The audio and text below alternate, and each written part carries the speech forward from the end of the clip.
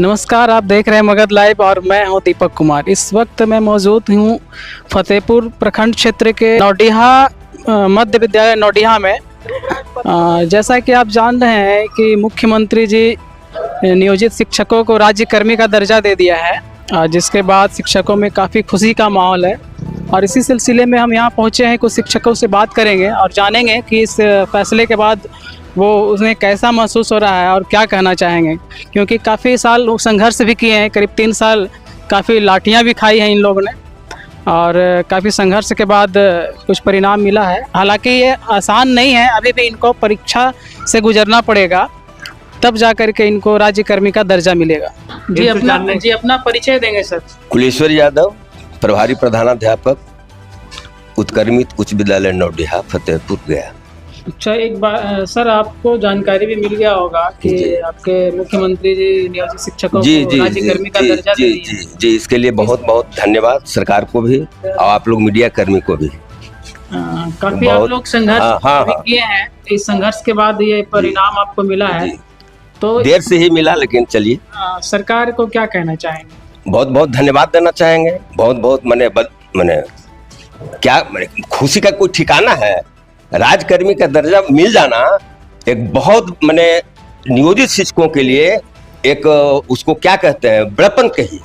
लेकिन बताया जा रहा है कि आप लोग अभी परीक्षा लेंगे सरकार, तब अभी इतना आसान कैसे समझ रहे हैं? बिल्कुल परीक्षा देने के लिए हम लोग तैयार हैं। तैयार हैं? परीक्षा देंगे। आप परीक्षा निकाल लेंगे? बिल्कुल बिल्कुल। कैसे नहीं निकला, दस्ता वगैरह सब तो निकला हुआ है ना। लेकिन कहा जाता है नियोजित शिक्षक परिपूर्ण नॉलेज नहीं होता है, फिर आप लोग कैसे फाइट कर लीजिएगा एग्जाम को? यदि आपको जानकारी नहीं है तो मैं जानकारी देना चाहता हूँ कि बीपीएससी से 28,000 कुछ नियोजित शिक्षक कंप्लीट किए, बीपीएससी कंप्लीट किए। उसमें कुछ नहीं योगदान लिए विद्यालय में दूर के वजह से या कोई भी वजह हो, ऐसे कैसे आप लोग समझ गए? 28,000 मायने रखता है ना। करीब 40 या 45,000 आईपीआर हुए और उसमें 28,000 कुछ जो है नियोजित शिक्षक बीपीएससी कंप्लीट किए, तो कैसे क्वालिफाई? सरकार इसीलिए आप लोग को नियोजित के जगह पे अब एक खास शब्द आप लोग में जुड़ने जा रहा है, विशिष्ट शिक्षक। जी, तो ये विशिष्ट शिक्षक और बीपीएससी शिक्षक में क्या अंतर होगा? कोई खास अंतर नहीं है, नाम का अंतर है। ऐसे हम लोगों का शायद सहायक अध्यापक के रूप में नाम रखा जाएगा, अभी बात चल रही है। विशिष्ट जो है शब्द जो हटाया जाएगा। अच्छा, एक बात बताइए कि अब क्या शिक्षा का जो व्यवस्था है सरकारी विद्यालयों में, वो कितना बदल पाएगा या पहले जैसा था वैसा ही चलेगा? देखिए, इसके लिए शिक्षक के साथ साथ गार्जियन, अभिभावक को जागरूक होना पड़ेगा।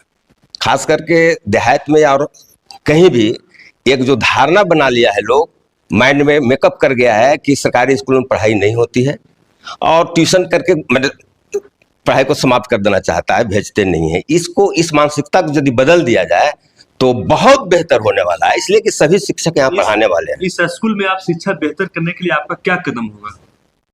मेरा तो पहले से ही कदम है, लेकिन सहयोग अभिभावक से हम चाहेंगे कि अभिभावक पूरा सहयोग करे, बच्चे को भेजे, छात्रों को भेजे। आपके विद्यालय कितने बीपीएससी शिक्षक क्वालिफाई करके आपके पास आए? 3 हैं, 3 शिक्षिका हैं। तो क्या लगता है इस स्कूल का भविष्य बदल पाएगा? बिल्कुल। बीपीएससी आया और आप लोग ऑलरेडी पहले 4 थे। बिल्कुल बदला हुआ भविष्य। तो इस स्कूल में कितना शिक्षक कुल हो गए? 4 पहले से थे, 3 अभी 7। इस स्कूल में कितने बच्चे हैं? बच्चे 476 हैं, 1 to 10।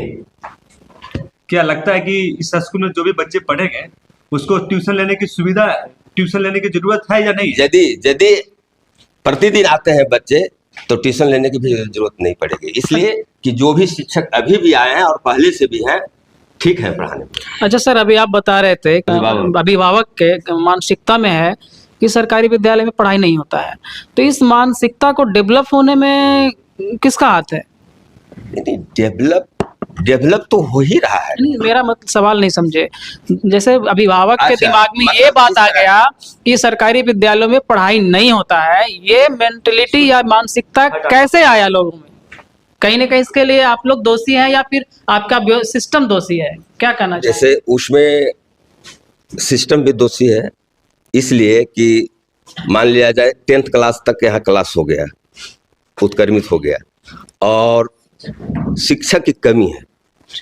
विषयवार शिक्षकों की कमी है। अभी भी जो हम लोग 4 पहले थे नियोजित, 3 आए हैं तो 1 to 5 में मात्र आए हैं। अभी जो है 9th 10th खाली है, 11th 12th खाली है। यदि विषयवार शिक्षक यदि आ जाते हैं, मतलब कहीं ना कहीं शिक्षकों की कमी के कारण इस क्षेत्र में, इस ऐसा विद्यालय है। में या अन्य सरकारी विद्यालयों में पढ़ने के लिए बच्चे लोग नहीं आ पा रहे थे। यदि विषयवार शिक्षकों की नियुक्ति हो जाती है, विषयवार शिक्षक आ जाते हैं, तो मैं समझता हूं कि ट्यूशन लेने की जरूरत नहीं पड़ेगा। अभी आप लोग क्या इस पे क्या काम करने वाले हैं कि आपके बच्चे, आपके आसपास के जो बच्चे हैं वो सरकारी विद्यालय में उसका रुझान इस विद्यालय की तरफ हो, इसके लिए आप लोग अपने स्तर से क्या पहल कर रहे हैं? अपने स्तर से भी और सरकार के स्तर से भी अभी देख, जो कमजोर बच्चे हैं 3 to 8 दक्ष के तहत, मिशन दक्ष के तहत भी पढ़ाने की बात है, पढ़ाते हैं हम लोग। जो बच्चे रहते हैं पढ़ाते हैं। एक्स्ट्रा टाइम पढ़ाते हैं 2 घंटा, जो के पाठक का जो निर्देश नहीं, है नहीं, 5 बजे तक रहता है, नहीं, तो आप लोग क्या 5 बजे तक देते हैं? 3:30 से 4:30 और वो जो आधे घंटा का समय है वो VC का समय है, VC होती है, उसमें हम लोग जो जानकारी मांगा जाता है उस जानकारी को हम लोग देते हैं। 5 बजे तो रहना ही पड़ता है, रहते ही। आप क्या कहना चाहेंगे सर? चलिए, राजकर्मी का नियोजित दर्जा मिला है, शिक्षक को बहुत खुशी की बात। राज्यकर्मी का दर्जा मिल गया, इस पे आपका क्या रिएक्शन होगा? बहुत खुशी की बात है।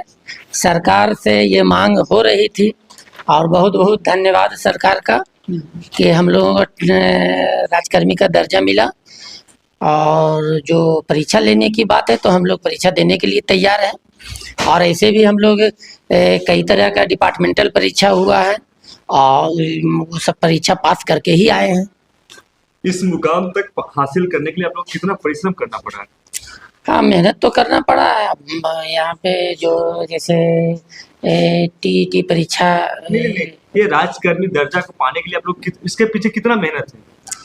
मेहनत तो किया गया है। अब सरकार से आंदोलन, सरकार के पास हम लोग जो है से मांग कर ही रहे थे, आंदोलन हुआ है। इसके लिए बहुत सा शिक्षक लोग देख के किए हैं क्या क्या। पूर्व डिप्टी CM जो सुशील कुमार मोदी थे, वो बोले थे भगवान भी धरती पर उतर जाएंगे तब भी नियोजित शिक्षक के राजकर्मी का दर्जा नहीं दिया जाएगा। ये सब और यही में नीतीश कुमार जो है राजकर्मी का दर्जा दे दिए। इसके बारे में क्या बोलते हैं नीतीश कुमार? ये सब है जो बात है, बहुत सारा राजनीति बात है और वो नेता लोगों का बात है। अब उसमें हम नहीं जाना चाहते हैं। नेता की बात नहीं है। सुशील कुमार मोदी डायरेक्ट बोले थे कि अगर भगवान भी आ जाएंगे पृथ्वी पे तभी नियोजित शिक्षा के राजकर्मी का दर्जा नहीं देंगे। चलिए देखिए, हम लोगों का बहाली, नियोजित का एक बहाली में जो सिस्टम है उस हिसाब से वो बोले होंगे। लेकिन रह गई बात, अभी जो है से सरकार जब राजकर्मी का दर्जा दे दिया तो इससे हम लोग काफी शिक्षक तो आप पहले भी थे और राज्यकर्मी के बाद भी शिक्षक ही कहलाएंगे, दोनों में क्या फर्क होगा सर?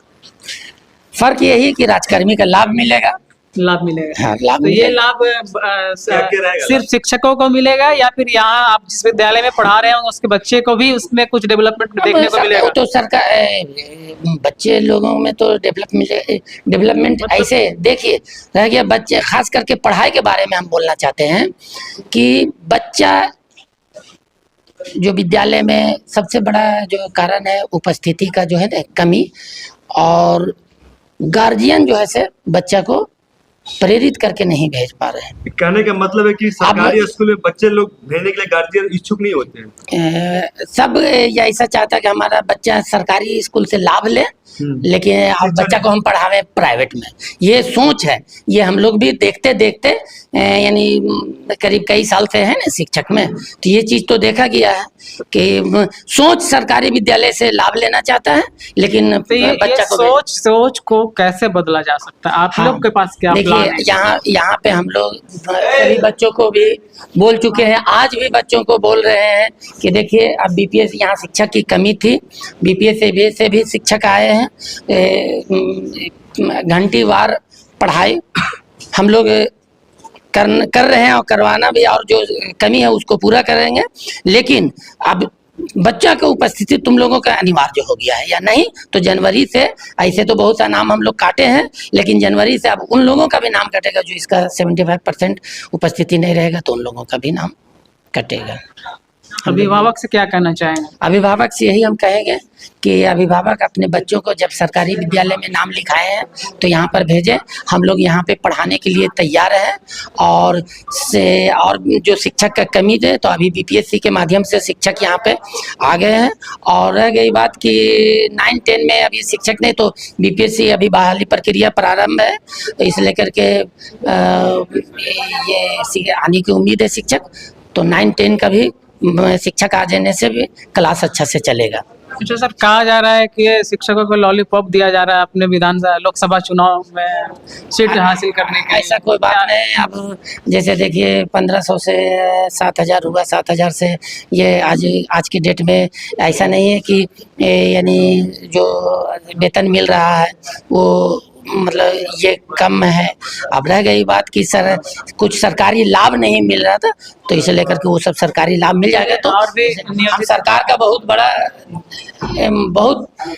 धन्यवाद देना चाहेंगे कि राजकर्मी का दर्जा मिला और इसका लाभ हम लोगों को मिलेगा। क्या लगता है शिक्षक सरकार के साथ देंगे? क्यों नहीं साथ देंगे, हम लोग सरकार के साथ हैं। सरकार के साथ क्या लगता है आप ये जो राजकर्मी का दर्जा दे दिया है नीतीश कुमार का ज्यादा दे रहे हैं आपका कि तेजस्वी यादव का?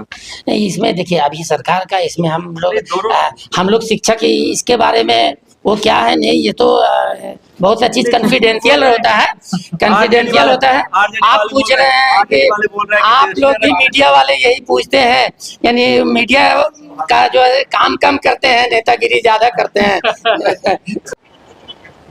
अभी मैंने कुछ शिक्षकों से बात किया जो नियोजित शिक्षक थे और राज्यकर्मी बनने के बाद काफ़ी उनमें खुशी का माहौल है। और जैसा कि आपने देखा, अब ये रास्ता कितना आसान होगा ये तो वक्त बताएगा। अभी उनको एग्ज़ाम से गुजरना है, वो एग्ज़ाम निकालेंगे तब जा कर के राज्यकर्मी का दर्जा मिलेगा। अब ये देखना होगा ये आसान कितना होगा या मुश्किल कितना होगा। तब तक बने रहिए मगध लाइव पे। धन्यवाद।